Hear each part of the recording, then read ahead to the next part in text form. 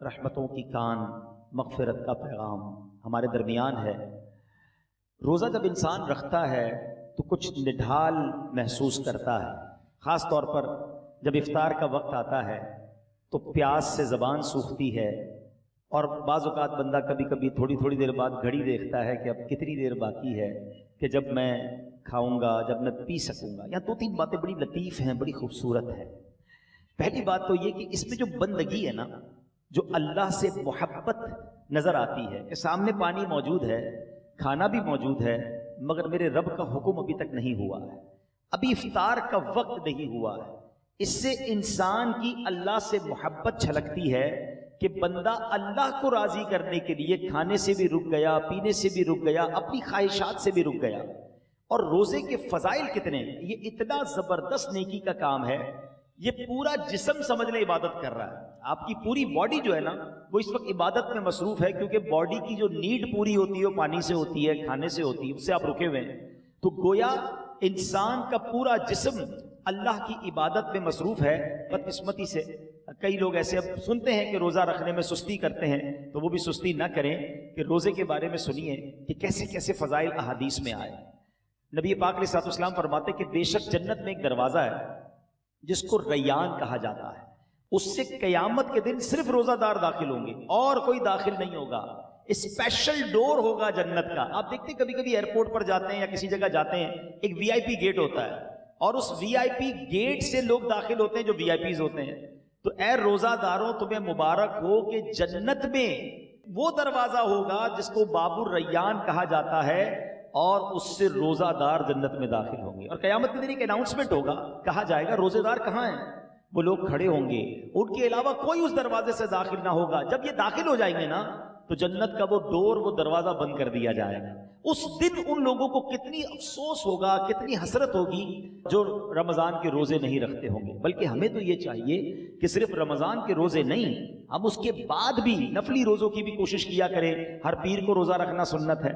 اچھا ایک اور فائدہ دیکھیں، جو پورا سال کچھ نہ کچھ نفلی روزے رکھتا ہے نا، اس کو رمضان کے روزوں میں اتنی پرابلم نہیں ہوتی، کیونکہ وہ عادی ہوتا ہے۔ Suddenly all of the sudden پورا سال گزرنے کے بعد جو اچانک روزے رکھنا شروع کرتے ہیں، ان کو زیادہ بعض اوقات روزہ جو ہے وہ فیل ہوتا ہے۔ بہرحال نبی پاک علیہ الصلوۃ والسلام کا ایک اور فرمان سنیں، اے روزہ داروں تمہیں مبارک ہو۔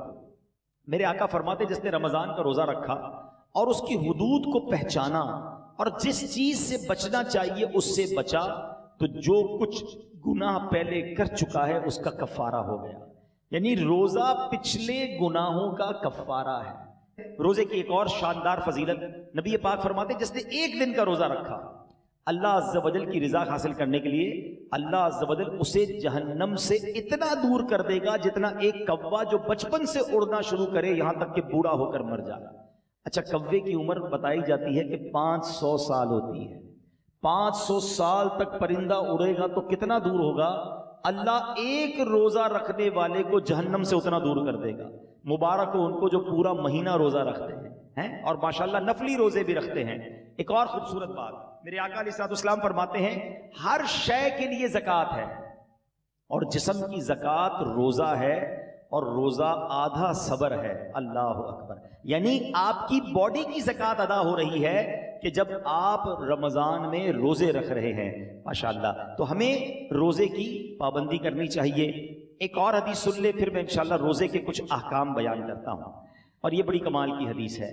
نبی پاک علیہ الصلوۃ والسلام نے فرمایا کہ قیامت والے دن روزہ داروں کے لیے ایک سونے کا دسترخوان رکھا جائے گا جس سے وہ کھائیں گے، حالانکہ لوگ حساب کتاب کے منتظر ہوں گے۔ اب ذرا سوچئے، آج بھوک لگ رہی ہے، پیاس لگ رہی ہے، کھانے سے رکے ہو نا، اس دن جب لوگوں کو حساب کتاب دینا ہوگا، قیامت کے دن لوگ حساب کتاب دے رہے ہوں گے، مگر جو روزہ دار ہوں گے ان کو قیامت کے دن جنتی دسترخوان لگا کر وہاں کھانا کھلایا جا رہا ہوگا۔ اس کا مطلب کیا ہوا؟ ادھر بھوکے رہ جاؤ، ادھر نعمتیں ملیں گی۔ اگر ادھر کھانا ہے، ادھر روزہ نہیں رکھنا ہے، تو ادھر کی محرومی ہے۔ اب آپ کی مرضی ہے، چوز کیا کرنا ہے، سلیکٹ کیا کرنا ہے۔ اچھا روزے کی بہت ساری خوبصورتیوں میں ایک اور بڑی کمال کی خوبصورتی کیا ہے کہ بندے کا جو اللہ پر ایمان ہے نا، اس کا لیول بہت ہائی ہو جاتا ہے۔ آپ ذرا غور کریں، دنیا میں کروڑوں لوگ روزہ رکھ رہے ہیں، ٹھیک ہے، آپ کے ساتھ بھی ایسا ہوا ہوگا، آپ گھر میں اکیلے ہوں گے، پانی سامنے موجود ہے، فریج کے اندر فروٹ بھی کٹا ہوا ہے، کوئی ایک مسلمان ایسا ہے جو اکیلے میں چھپ کر پانی پی لیتا ہو؟ کوئی ایک فروٹ کھا لیتا ہو؟ کوئی نہیں دیکھ رہا نا، چلو کوئی بات نہیں. وجہ واٹ از دا ریزن؟ یہاں تک کہ ہم جب وضو کر رہے ہوتے ہیں ہم اس وقت بھی احتیاط کر رہے ہوتے ہیں کہ کلی زور سے نہ ہو جائے، کہیں حلق کے نیچے پانی نہ چلا جائے. ناک میں پانی چڑھاتے وقت بھی احتیاط کرتے ہیں کہ ناک کی ہڈی سے اوپر چلا گیا تو روزہ ٹوٹ جائے گا. یہ کیوں؟ حالانکہ وضو خانے پہ کسی کو بھی نہیں پتا چلے گا، میں 1-2 چلو پانی پی لوں. لیکن ہم سب کا خیال کیا ہے؟ اللہ دیکھ رہا. یہی ہے نا دل میں کہ کوئی نہیں دیکھ رہا مگر رب دیکھ رہا ہے. اب ذرا غور کرو میرے پیارے اسلامی بھائیوں، رمضان ساری دنیا کے مسلمانوں کا لیول آف ایمان ادھر لے جاتا ہے کہ تم اکیلے میں کھانا نہیں کھا رہے کیونکہ اللہ دیکھ رہا ہے. تو اب سوال یہ ہے کہ جب اللہ رمضان میں دیکھ رہا ہے تو کیا رمضان کے بعد نہیں دیکھ رہا؟ حلال کھانے سے رک گئے کیونکہ افطار کا وقت نہیں ہوا، مگر بندہ پھر حرام دیکھنے سے کیوں نہیں رکتا کہ اللہ دیکھ رہا ہے؟ اکیلے میں گناہ کرتے وقت یہ خیال کیوں نہیں آتا کہ رب دیکھ رہا ہے؟ ایکچولی رمضان ہماری پوری پریکٹس کروا رہا ہے کہ دیکھو جب پورے رمضان تم یہ خیال دل میں بٹھائے رکھتے ہو کہ اکیلے میں کھانا نہیں ہے، پینا نہیں ہے، رب دیکھ رہا ہے، تو پھر رمضان میں بھی اور رمضان کے بعد بھی حرام کماتے وقت بھی سوچو نا اللہ دیکھ رہا ہے، حرام بولتے وقت بھی سوچو اللہ دیکھ رہا ہے، حرام سنتے وقت بھی سوچو اللہ دیکھ رہا ہے. تو انشاءاللہ اگر یہ پریکٹس بن گئی کہ اللہ دیکھ رہا ہے تو پھر گناہ کرنے کی عادت چھٹ سکتی ہے. اللہ مجھے بھی اور آپ کو بھی یہ خیال ایسا عطا کر دے کہ جب بھی برائی کی طرف جانے کو جی چاہے دل سے صدا آئے کہ اللہ دیکھ رہا ہے. بالکل اسی طرح میرے پیارے اسلامی بھائیوں، رمضان میں جو ہم روزہ رکھتے ہیں اور چیزوں کی جزا بیان ہوئی ہے کہ بھائی اس کے بدلے جنت کا گھر ملے گا، جنت کے درخت ملیں گے، جنتی کھانے ملیں گے. اب آؤ روزے کی ایک اور فضیلت سنو. میرا کوئی بھائی، میری کوئی بہن اور روزہ کبھی قضا نہ کرے. روزہ قضا کرنے کا خیال بھی آئے تو دل میں یہ نہ لائے. لوگ کہتے ہیں یار کام کاج بہت ہوتا ہے، نوکری مجھے کرنی ہوتی ہے. دیکھو کام کم کر دینا، کاروبار کم کر دینا، تھوڑے پیسے کم کما لینا، مگر روزہ مت چھوڑنا. کیونکہ اب جو میں فضیلت بتانے جا رہا ہوں نا، میں نے اب تک کسی اور عمل کی یہ فضیلت نہیں پڑھی ہے. کیونکہ نبی پاک علیہ الصلوۃ والسلام فرماتے ہیں کہ اللہ فرماتا ہے، یعنی یہ حدیث قدسی بھی ہے، اللہ فرماتا ہے فَإِنَّهُ لِي وَأَنَا أَجْزِي بِهِ. اللہ فرماتا ہے روزہ میرے لیے ہے اور اس کی جزا میں خود دوں گا. باقی چیزوں کی جزا رب فرشتوں کے ذریعے عطا فرماتا ہے، مگر روزہ دار کے لیے رب نے فرمایا اس کی جزا میں خود عطا فرماؤں گا. بلکہ علماء اس کو ایک اور انداز سے بھی پڑھتے ہیں، انا اجزا بہی. اس کے معنی یہ ہو گئے کہ روزہ میرے لیے ہے اور اس کی جزا میں خود ہوں. یعنی رب فرما رہا میں اس کا ہو جاتا ہوں. تو اے روزہ دارو، جس کا رب ہو جائے تو اس کے کام کیوں نہ بن جائیں، اس کی مشکلیں آسان کیوں نہ ہو جائیں. اور ایک اور میں شریعت کی لاجک بتا دیتا ہوں. بہت سارے کاموں میں نوجوان کہتے ہیں کہ جناب ادھر جو ہے بہت دل چاہتا ہے کہ بڑے بڑے میرے گھر ہوں، بڑی بڑی گاڑیاں ہوں، چاہے اس کے لیے حرام کمانا پڑے. دیکھو حرام کما کر اچھے گھروں کے لیے پیسے حرام مت کمانا، ادھر چھوٹے گھر میں صبر کر لو، اللہ نے تمہارے لیے جنتی گھر تیار کر رکھے ہیں. کچھ لوگ ادھر شراب پیتے ہیں، اللہ کو ناراض کرتے ہیں، دیکھو ادھر شراب نہ پینا، صبر کر لو، اللہ نے جنتیوں کے لیے جنتی شراب تیار کر رکھی ہے. مردوں کو زیور پہننے سے منع کیا کہ دیکھو یہاں زیور مت پہننا، سونا چاندی مرد کو پہننا الاؤ نہیں ہے، مگر جنت میں مردوں کو سونے کے زیورات عطا کیے جائیں گے. ادھر حرام عورتوں کی طرف، ناجائز عورتوں کے پاس جانا جو حرام ہیں ان کے قریب مت جانا. جی تو چاہتا ہے، شیطان تو بلاتا ہے، مگر حرام کاری سے بچ جاؤ. اللہ نے جنت میں جنتیوں کے لیے حوریں تیار کر رکھی ہیں. اگر آپ اس لاجک سے دیکھیں نا، جس چیز سے شریعت نے ہمیں یہاں روکا ہے، جس کا دل بھی چاہتا ہے، شریعت نے یہاں سمجھا دیا کچھ سال رک جاؤ، جنت نہ ختم ہونے والی ہے. اللہ نے آلٹرنیٹ شاندار وہاں تیار کر رکھا ہے. یہاں بڑے گھر دیکھ کر اپنے گھر پہ مایوس نہ ہو جاؤ، صبر کی زندگی گزارو. اللہ نے بڑے بڑے محل جنتیوں کے لیے تیار کیے ہیں. تمہارے پاس اگر یہاں گاڑی نہیں ہے، مایوس نہ ہونا، حرام کی طرف مت جانا. جنتیوں کے لیے اللہ نے جنتی سواریاں تیار کی ہیں. یہاں اگر مہنگے اور اچھے کھانے نہیں کھا سکتے، پیسے تھوڑے ہیں، حرام کی طرف مت جانا، صبر کر لینا. اللہ نے جنتیوں کے لیے جنتی دسترخوان لگائے ہوئے ہیں، جنتی مشروب موجود ہیں. ارے انسان جو تمنا کرے گا اللہ اس قسم کا کھانا اس کے سامنے عطا فرما دے گا. تو جب وہ نعمتیں موجود ہیں تو کچھ صبر کے ساتھ، کچھ قناعت کے ساتھ، اللہ کی رضا کے ساتھ اور حلال روزی کے ساتھ زندگی گزار لیں. انشاءاللہ دنیا بھی بہتر ہوگی اور آخرت بھی بہتر ہو جائے گی. اب میں چاہوں گا کہ بیان میں کچھ روزے کے اہم مسائل بھی ہم سن لیں. بعض اوقات کچھ روزہ داروں کو کنفیوژن ہوتی ہے. سب سے پہلے تو یہ سمجھ لیں کہ افطار اور سحری کا ٹائم جو بھی آخری ٹائم ہے, جو کراچی میں ہے یا باہر مجھے سن رہے ہیں, ہمیشہ یاد رکھیں اذان کا انتظار نہیں کرنا. اذان نماز کے لیے ہوتی ہے, سحری بند کرنے کے لیے نہیں ہوتی ہے. ٹھیک ہے نا, ہو سکتا ہے مؤذن صاحب 5 منٹ لیٹ ہو جائیں, کبھی ان کی جناب. اچھا, کچھ لوگ کہتے ہیں اذان ہوگی تو روزہ بند کریں گے, اور اگر آپ کے علاقے میں لائٹ ہی چلی گئی اور مائک ہی بند ہو گیا مسجد کا, پھر کیا کریں گے؟ روزہ بند نہیں کریں گے. تو اذان جو ہے وہ روزہ بند کرنے کے لیے, افطار کے لیے نہیں ہوتی, وہ نماز کے لیے ہوتی ہے. روزے کا تعلق ٹائمنگ سے ہے. وقت سحر یعنی فجر کا وقت شروع ہوا, جیسے ہی شروع ہوا اب آپ کھا پی نہیں سکتے. 1 سیکنڈ بھی آپ نے زیادہ کھا لیا تو اب پورا دن آپ بے شک بھوکے رہیں, روزہ نہیں ہوگا, آپ کا روزہ شروع ہی نہیں ہوا. تو بیسٹ طریقہ کیا ہے, اپنی گھڑی کا ٹائم سیٹ رکھیں. اب تو موبائل فون آ گئے ہیں, جو انٹرنیٹ کے والے موبائل ہوتے ہیں اس میں بھی موبائل ٹائم بڑا پرفیکٹ پتہ چل رہا ہوتا ہے. 5 منٹ پہلے, کوئی لازم تھوڑی ہے کہ آخری منٹ تک کھانا پینا ہے, 5 منٹ پہلے آپ کھانا پینا بند کر دیں. ٹوتھ پیسٹ وغیرہ کرنا ہے تو بھی کر لیں, اور اپنے تمام معاملات سے فارغ ہو جائیں. درود پاک پڑھیں تاکہ آپ, فرض روزہ ہے نا, اگلے 15 گھنٹے بھوکا رہنے کے لیے تیار ہیں, تو 5 منٹ زیادہ بھوکا رہ جائے نا بھائی, 5 منٹ 10 منٹ پہلے فارغ ہو جائیں سحری سے. بالکل اسی طرح افطار میں بھی آپ نے کرنا یہ ہے کہ افطار میں آپ نے گھڑی دیکھ کر افطار کرنا ہے, ٹائم دیکھ کر افطار کرنا ہے. 1-8 منٹ اوپر ہو جائے خیر ہے, پہلے افطار نہ ہو جائے. بعض اوقات ہوتا ہے لوگوں کی گھڑی ٹائم پہ نہیں ہوتی, 5 منٹ پہلے افطار کر لیتے ہیں. آپ کو پتا ہونا چاہیے کہ ٹائم ہوا کہ نہیں. اور بالکل اسی طرح اذان مغرب کی نماز کے لیے ہوتی ہے, افطار کے لیے نہیں ہوتی. اس میں بعض اوقات 2 گڑبڑ ہو جاتی ہیں. ایک ہی ہو جاتی ہے کہ کبھی مؤذن صاحب سے بھی غلطی لگ سکتی ہے, جلدی اذان دے دی, آپ نے اذان سنی روزہ کھول لیا تو آپ کا روزہ چلا گیا. آپ ٹائم دیکھیں ٹائم ہوا ہے کہ نہیں. اور مؤذن صاحب خود اپنا افطار کرنے میں لگے ہوئے ہیں اور وہ 5 منٹ بعد اذان دے رہے ہیں اور آپ انتظار کر رہے ہیں اذان کا, تو یہ بھی درست نہیں, کیونکہ افطار کو تاخیر بھی نہیں کرنی چاہیے. تو پہلی بات تو یہ سمجھ لیں کہ ٹائم ٹیبل کے ساتھ روزہ ہے. یہاں ایک اور خوبصورت بات کہوں کہ لوگ آج کل بڑی مثالیں دیتے ہیں دوسرے ملکوں والوں کی, غیر مسلموں کی, یار وہاں بڑی ٹائم مینجمنٹ ہے جناب, بڑا ٹائم سے معاملات چلتے ہیں, ان کے جہاز بھی ٹائم پہ, ان کی ٹرینیں بھی ٹائم پہ, لوگ آتے بھی وقت پر ہیں. مجھے بتاؤ پوری دنیا میں ایک مذہب بتا دو کہ جو اتنا ٹائم مینجمنٹ کا درس دیتا ہو. ارے ہماری تو ساری عبادتیں ٹائم کے ساتھ ہیں. وقت سے 1 منٹ پہلے آپ کو سحری بند کرنی ہے تو روزہ ہوگا, وقت گزرنے کے بعد 1 منٹ اوپر چلا گیا روزہ ہی شروع نہیں ہوگا. افطار گھڑی کے مطابق کرنا ہے. بالکل ساری دنیا کے مسلمان ٹائم پہ افطار کرتے ہیں. ہماری ساری اذانیں, مسجد کا ٹائم ٹیبل دیکھیں, آپ کی ٹرین لیٹ ہو سکتی ہے, جہاز لیٹ ہو سکتا ہے. ہم نے دیکھا سردی ہو, گرمی ہو, بارش ہو, آندھی ہو, طوفان ہو, دنیا بھر کی مسجدوں میں وقت پہ اذان ہوتی ہے, وقت پہ جماعت ہوتی ہے. لاکھوں مسجدوں میں کیسی شاندار ٹائم مینجمنٹ ہے. اسلام کی کتنی عبادتیں ٹائم کے ساتھ ہیں. ارے جناب ہم حج پہ جائیں تو کب عرفات میں رہنا ہے, کب عرفات سے نکلنا ہے, کب پہلے نہیں نکلنا ہے, کب مزدلفہ پہنچنا ہے, کب مینا پہنچنا ہے, کون سے دن طواف زیارت کے ہیں.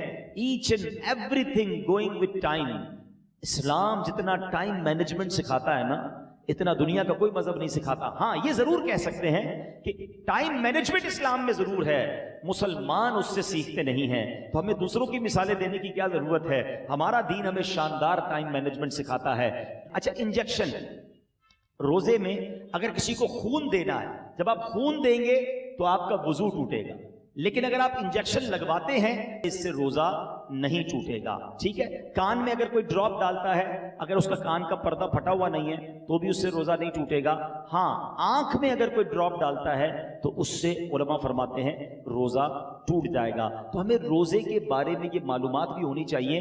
بعض اوقات لوگ جو ہے احتیاط نہیں کرتے اور وہ احتیاط نہ کرنے کی وجہ سے ان کا روزہ ٹوٹ جاتا ہے. جب یہ فرض ہے تو اس کے احکام سیکھنا بھی ضروری ہے, اس کی احتیاطیں سیکھنا بھی ضروری ہے. تو بہرحال میرے پیارے اسلامی بھائیوں, افطار کے وقت ایک اور کام کرنے والا ہے جو نارملی ہمارے یہاں نہیں ہوتا, کیونکہ روزانہ افطار کے وقت 10 لاکھ گناہگار جہنم سے آزاد کیے جاتے ہیں روزانہ. یہ اتنا مبارک مہینہ ہے, اس پہ روزانہ افطار کے وقت 10 لاکھ گناہگار آزاد جہنم سے کیے جاتے ہیں. اور جب جمعرات کی رات آتی ہے اور جمعے کا دن آتا ہے تو فرمایا ہر لمحے 10 لاکھ گناہگار جہنم سے آزاد کیے جاتے ہیں. اب آپ سوچیں کہ افطار کے وقت ہماری کیا کیفیت ہونی چاہیے. ہمارے گھروں میں تو ایک ہنگامہ مچا ہوتا ہے, شربت کدھر ہے تو پکوڑے کدھر ہے تو فلاں چیز نہیں آئی. ان آئٹموں کے چکر میں پڑنے کی بجائے افطار کے وقت اے کاش ہاتھ اٹھے ہوں, آنسو بہ رہے ہوں اور یہ التجائیں ہوں کہ مولا آج بھی 10 لاکھ بخشے جائیں گے، آج بخشے جانے والوں میں ہمارا نام لکھ دے۔ تو جب اس کیفیت کے ساتھ آپ افطار کیا کریں گے تو انشاءاللہ کبھی نہ کبھی تو ہمارا بھی نمبر آ جائے گا۔ تو آج بھی مدنی چینل پر آپ دیکھیں کہ افطار کے وقت کیا منظر ہوتا ہے، آنسو ہوتے ہیں، دعائیں ہوتی ہیں، التجائیں ہوتی ہیں۔ میں تو دنیا بھر کے ویورز سے کہوں گا کہ جب بھی افطار کا وقت آئے آپ مدنی چینل کے ساتھ اپنے گھر والوں کے ساتھ امیر اہل سنت کی ان عظیم دعاؤں میں شامل ہو جائیں، نہ جانے کس کی آمین کے صدقے ہمارا بھی بیڑا پار ہو جائے۔ تو ہمیں افطار کا وقت جو ہے یہ بڑا مبارک وقت ہے، یہ دعاؤں کی قبولیت کا وقت ہے۔ پھر رمضان کی راتیں، رمضان کی راتیں کتنی مبارک ہیں آپ کو پتہ ہے؟ سارا سال میں اور آپ اللہ سے دعا کرتے ہیں نا، یا اللہ میری پکار سن لے، میری توبہ قبول کر لے، میری مغفرت فرما دے، میرا فلاں کام فرما دے، ہم اللہ سے دعا کر رہے ہیں۔ آپ کو پتہ ہے رمضان کی راتوں میں کیا ہوتا ہے؟ رحمت کے فرشتے یہ آواز لگاتے ہیں، ہے کوئی مانگنے والا کہ اس کی توبہ قبول کی جائے، ہے کوئی توبہ کرنے والا کہ اس کی توبہ قبول کی جائے، ہے کوئی سوالی کہ اس کا سوال پورا کیا جائے۔ یعنی رمضان میں ادھر سے آفر ہے کہ مانگ لو میں دے رہا ہوں، مغفرت چاہیے تو میں مغفرت دے رہا ہوں، توبہ کرنی تو میں توبہ قبول کر رہا ہوں۔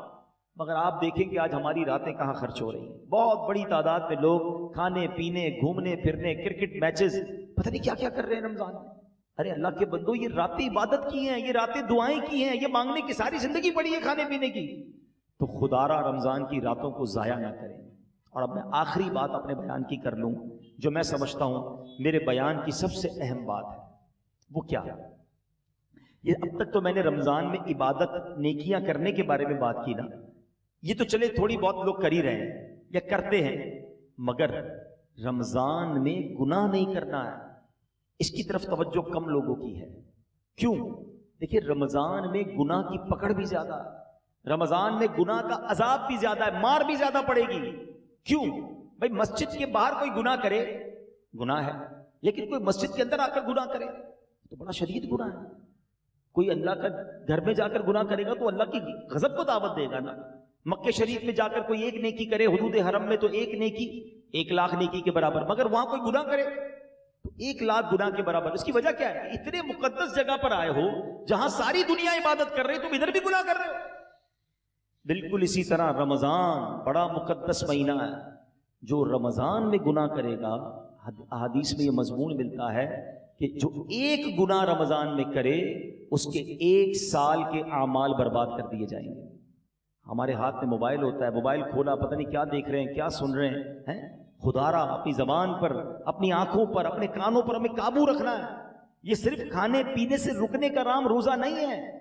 آنکھوں کا روزہ یہ بندہ حرام نہ دیکھے، زبان کا روزہ یہ بندہ حرام نہ بولے، پیٹ کا روزہ یہ بندہ حرام نہ کھائے۔ ادھر جناب بھوکے پیاسے تو ہیں، باقی سارے گناہ ہو رہے ہیں۔ احادیث میں یہ مضمون بھی ملتا ہے کہ وہ شخص جو بھوکا پیاسا رہے مگر گناہوں سے نہ بچے، ایسے بندے کے بھوکا پیاسا رہنے کی اللہ کو کوئی ضرورت نہیں ہے۔ تو کچھ لوگ رمضان میں فلمیں دیکھتے ہیں، ڈرامے دیکھتے ہیں، ٹائم پاس کر رہا ہوں یار، موبائل پہ گیمیں کھیل رہے ہیں۔ فضول کام نہ کریں نا، یہ پتہ نہیں اگلا رمضان ہمیں ملے نہ ملے۔ تلاوت کریں، ذکر و اذکار کریں، عبادت کریں، اور اس رمضان میں میں نے اور آپ نے مغفرت حاصل کرنی ہے، یہ بات یاد رکھیے گا۔ میرے آقا علیہ الصلوۃ والسلام نے جبریل امین کی ایک دعا پر آمین ارشاد فرمائی۔ صحابہ نے پوچھا حضور آپ نے کون سی دعا پر آمین فرمائی؟ تو نبی پاک نے فرمایا کہ مجھے جبریل امین نے یہ دعا کی کہ اے اللہ، جو رمضان کو پائے اور اپنی مغفرت نہ کروا سکے وہ ہلاک و برباد ہو جائے۔ اب ذرا سوچیں میرے پیارے اسلام بھائی، دعا کون کر رہا ہے؟ فرشتوں کا سردار، اور آمین کون کہہ رہے ہیں؟ نبیوں کے سردار۔ تو دعا تو قبول ہی قبول ہے نا۔ اب رمضان میں جس کی مغفرت نہ ہوئی نا، وہ برباد ہو جائے۔ تو روتے رہیے، التجائیں کرتے رہیے، اللہ سے معافی مانگتے رہیے، تلاوت کرتے رہیے۔ پتہ نہیں اگلی بار رمضان نصیب ہو کہ نہ ہو۔ جن کو اللہ نے نوازا ہے غریبوں کی مدد کیجیے، سحر و افطار میں خرچ کیجیے، اپنی زکوٰۃ پوری دیجیے، اور اللہ کی راہ میں اور خرچ کیجیے تاکہ غریب مسلمانوں کا بھی بھلا ہو جائے۔ اللہ کریم سے میں دعا کرتا ہوں کہ رب کریم ہم سب کو ماہ رمضان کی برکت عطا فرمائے، روزے اس کی روح کے مطابق رکھنے کی توفیق عطا فرمائے۔ اب تک جتنے روزے رکھے اللہ اس کو اپنے دربار میں قبول فرمائے، اور آگے بھی ہمیں پابندی سے پورے روزے رکھنا صحت و عافیت کے ساتھ نصیب فرمائے۔